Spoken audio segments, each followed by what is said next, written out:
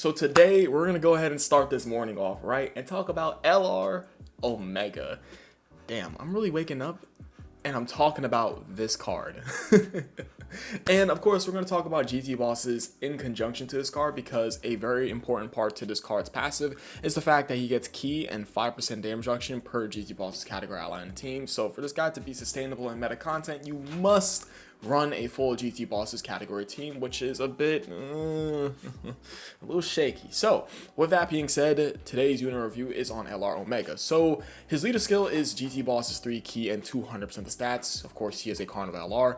On his 12 key, he gains 30% defense one turn, lowers attack, and has a 50% chance to stun. So of course, he does have a good super attack effect. Well, super attack effects for meta content because he does gain defense from both his 12 to his 18 key super attack effects. And of course, for off meta content, he lowers attack and has a 50% chance to stun on his 12 key, and he lowers attack and defense and seals on his 18 key. So provided this card does do a double super, you can stun, seal the enemy, lower the enemy's attack and defense in one false swoop. So going on over to his passive, he has interesting animation, which is cool, of course, and he is a orb changer to rainbow key spheres for the first 7 turns, which is obviously very nice because it supports the part of his passive where he gets 7% damage reduction per rainbow key sphere obtained. And he also is a passive attack and defensive debuffer to all enemies by 25% attack and defense, which of course is very good for off meta content, i.e. Battle Road, Dokkan Battlefield, so on and so forth. He starts out with 3 key and 200% attack and defense baseline. He builds up 20% attack up to 150% attack with each attack performed. Keyword each attack performed, because with each super attack performed, it takes too damn long for him to build up his attack. And do keep in mind, this card does start out at a very low attack stat, like around between 4, 5, 6 million, and then he starts jumping up to like 10, 11 million, depending on the linking partners, of course, which of course you're gonna run him with like Tex and Shenron and so on and so forth. Tex and Shenron will be pretty nice with an easy A.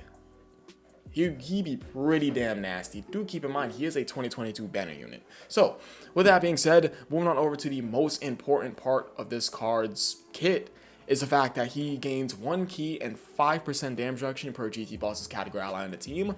And if we just real quick go over to GT bosses, right? Let's just build a team. So we're running double LR Omegas, of course. So we have LR Omega. Then we're going to 100% grab up LR Baby. We're going to grab up the Dokkan Fest Super 17, of course, the STR one. Could we grab up the Meta Rildo? Of course. He's an amazing 50% support easy A, so that's a 4th option to have on the team. Who else will we grab up on here? We'd go ahead and grab LR Fortnite. I mean, we already have our 4 options. Will we grab up the AGL Super 17? I don't see why not. Let's grab him up. He's the best aging 120% easy A, so that's 5 already. I'm pretty sure we already grabbed up Texin. I'm pretty sure we already grabbed him up, right? Because we do need him as a linking partner for this guy. But I would argue that you'd have a rotation with this guy and the Texan Shenron. You have another rotation with LR Omega and the 50% support Meta Rildo. And the fact that the 50% support Meta Rildo is AGL, he's AGL support, and this guy's going to be giving a lot of support to LR Omega is very, very important. So we already picked out 5 options. Who's the last option? I mean, I don't know. Will we run this guy? This guy is pretty much just all stats though. I mean, I guess we run this guy. He's not supporting, is he? He's not. He's just getting a lot of key and attack here, key and attack here. He's getting defense, attacks guaranteed hit, and a guaranteed crit with a stun. Yeah, he's just pure stats. So we're not gonna run that guy, right? Are we? I mean, I guess for shits and giggles, we throw him in as a final option, unless you guys want to go ahead and run LR Super 17. Just to have more HP on the team, right? Because would this team have a lot of HP just based off of having a couple LRs? It's like you're running double LR Omegas, you're running LR Super Baby 2, but LR Super Baby 2 is like the most runnable LR because he has an easy A outside of nobody, because LR Fortnite sucks. The LR Shadow Dragons badly needed easy A, and LR Super 17 is just, he's just not great, pretty much. So, going back on over to Omega, he also gets 7% damage reduction per Rainbow Key Sphere obtained. And the reason why I called his orb changing for those first 7 turns good is the fact that it supports his damage reduction per Rainbow Key Sphere obtained, which is obviously very, very nice. So, if you're on a full GT Bosses team, LR Omega, well, both of them essentially, are going to have a 35% damage reduction. That is quite good. That is quite good. That coupled the fact that you get this card a couple of Rainbow Key Spheres, that's additional. You get them like 2. Let's say you get lucky, you get like 3, 4 Rainbow Key Spheres. That's up to like 3 Rainbow Key Spheres. That's 21% damage reduction. So this guy can be up over, if I'm doing the math correctly, 56% damage reduction, because he's at 35, and then 20 into 35 is of course 55. And then that 1% more, that is 56. So he'd be up to 56% damage reduction. Yeah, I mean, Omega gets 3 Rainbow Key Spheres, and provided you have a full GT Bosses team and you get in those 3 Rainbow Key Spheres, he's up over 56% damage reduction in slot 1. He's looking pretty alright. He's looking pretty goddamn alright. But that's granted, he does get those Rainbow Key Spheres. On a more realistic approach, he's getting 1, 2 Rainbow Key Spheres. My LR Omega doesn't really get many Rainbow Key Spheres, and to be fair, I've only ever ran him a handful of times. Like, I could count on my hands how many times I ran him, and I was only able to get him like 1 or 2 Rainbow Key Spheres, because I don't think I was really lucky with getting the Rainbow Orb changing. So, continuing on with this card, he does have a revival when your HP is 50% or less. Starting from the character's attacking turn, he recovers with 70% HP. So he does have a revival built into him, which is obviously very useful. And he also is effective against all types and launches a guarantee super after this card does revive. So, with that being said, this is definitely useful. I mean, effective against all types, who gives a damn, but the additional super attack is very, very good because he is a damage reduction character who could use the extra defense when he does do a second super attack. And he also has a active skill, which is really isn't that important. Of course, it is another great off-meta content active skill because the effect, he greatly raises attack temporarily, he causes ultimate damage to enemy, he lowers attack and defense, of course, to enemy for 1 turn, disables enemy action, which is obviously very powerful. This is a powerful ability, but more so the fact that he's lowering attack and defense for the enemy for 1 turn. So pretty much, I mean, if you are in off-meta content, it's like he has 3 attack lowering procs in his kit. He has it in both his 12 and 18 key super attack effects, so that is one part of his card, and sits inside both his super attack effects. He also has it passively in his card, and he gets it in his active skill. It's crazy. This card has damn near every debuff you can think of. He has attack and defensive lowering, he has stun, chance, and sealing, and this guy can disable enemy action. It's like, what is he missing? Is there another status proc I'm missing out of this card? I can't think of one. Is that all of them? I don't think it's all of them. He damn near does all the status procs to an enemy. It's crazy, isn't it? And it can be activated when, starting from the 3rd turn from start of battle, if the enemy's in attack or defensive down status, or starting from the 6th turn from start of battle. So essentially, turn 3, you come back on turn, it's like the enemy it's like, this card is essentially an off-meta content god. But for meta content, you must run a full GT Bosses team. It could be a little bit shaky. I mean, this team is, not everyone's going to have the 50% support real dome. Not everyone's going to have the Dokkan Fest Super 17. Of course, the STR one. It's like not everyone has Super V2. I mean, surprisingly enough, he is a 2019 Part 2 LR from the 4th year anniversary, but not everyone has him. And of course, granted, not everyone has him also, and has him easy aid. So like, yeah, this team is just like, this team is bad. I'm just gonna say it outright. This team sucks ass. So how does this guy fare for meta content? He is good for meta content. Do not get it twisted. But his only real issue is the fact that he is good, but the rest of the team is not great. Essentially, it's like outside of like LR Super Baby 2, the 50% support Rildo.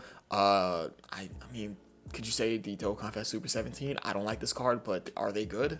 I mean, they could get caught sometimes, but I would certainly say they're okay at best, I would say.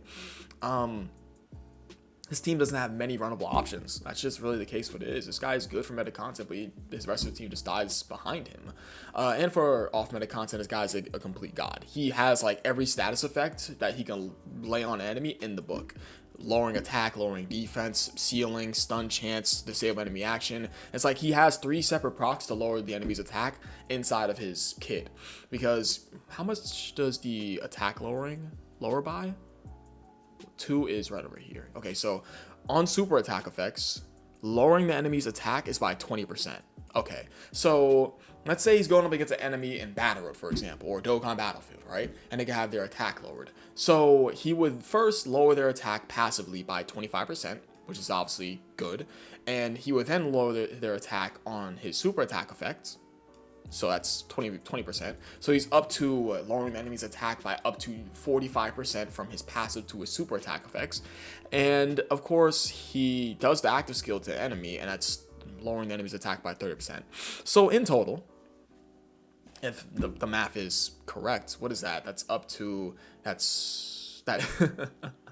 So yeah, it's 55, 65, was that 75? He can lower the enemy's attack by up to 75%. Like, combined, if the enemy is hit by his super attack effect, and of course is having their attack passively lowered, and he does the active skill on them, he's lowering the enemy's attack by up to 75%. I don't know about you guys, but off-meta content character has their attack lower by up to 75%, provided you're able to get the active skill, of course, passively lower their attack from his passive, and get involved from a super attack effect. The enemy's doing no damage.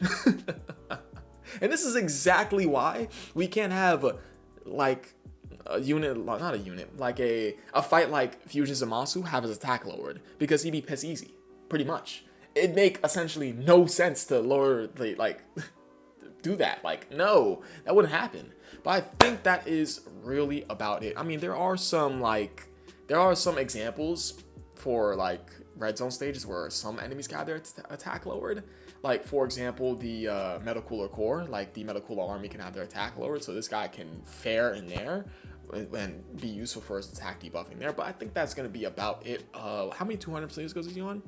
He is on, well, these are his best linking partners. I mean, this is just shameful. I think we can get a Dokkan Fest in Shenron that transforms into Omega. That'd be a huge help for this team. I think we get a Dokkan Fest Super Baby. I mean, why not? I mean, we can get a transforming Dokkan Fest Super Baby. We can get a transforming Dokkan Fest in Shenron. We can get a brand new Rildo. We can get a transforming Rildo. Why not? Is he on transformation boost? He isn't, right? Okay, no, he is not. I mean, we can get a Rildo that goes into, like, we get Rildo into a hyper meta Rildo. I mean, why the hell not? We can get a brand new Rildo deserves, well, does he deserve a Dokkan Fest? It depends on who you're talking to, but some of these cards deserve brand new banner units / Dokkan Fest. Like, for example, Oceanus can get a whole brand new banner unit. It's like every single one of the, better yet, they can take all of the Shadow Dragons and make them a free-to-play team and make them good. Do them just like they did the Bardock Squad and the Ginyu Force. I mean, and just like the Metal Coolers. I don't see why not. One celebration. Better yet, no, I'm capping. One celebration, well, one like, when I say one major celebration, yeah, one major celebration. Like, we can do like I can consider Golden Week a major celebration. Could we? Fuck it, we could. We can do like, we can have like a Golden Week with a Goku and a Sin Shenron. Why the hell not? And then like we get like a banner unit for both of them. And then, like, the banner unit would be like a Oceanus or something. And then we can get, like, a free-to-play team for every single one of these Shadow Dragons. It's like, there are possibilities for this team. But I will say this, Baby and Shenron deserve a Dokkan Fest. 100%. 110%. Now, you can argue with me and say with Rildo not deserving a Dokkan Fest. But Baby and a transforming Sin Shenron would definitely make a good Dokkan Fest. And of course, you get a little free-to-play team, and so on and so forth. This team just needs help. This team sucks. I mean, come on, man. This is ridiculous. Because you know what would be like a very, very good thing? Is that if this guy gets help. And if this guy gets help, GT Bosses is looking much more better because this guy is actually, he's good. Omega is good. He certainly is. It's just the team sucks. But I think that is really about it. I appreciate you guys for watching. You guys are the best. I'll catch you guys next video. I love you all. Peace.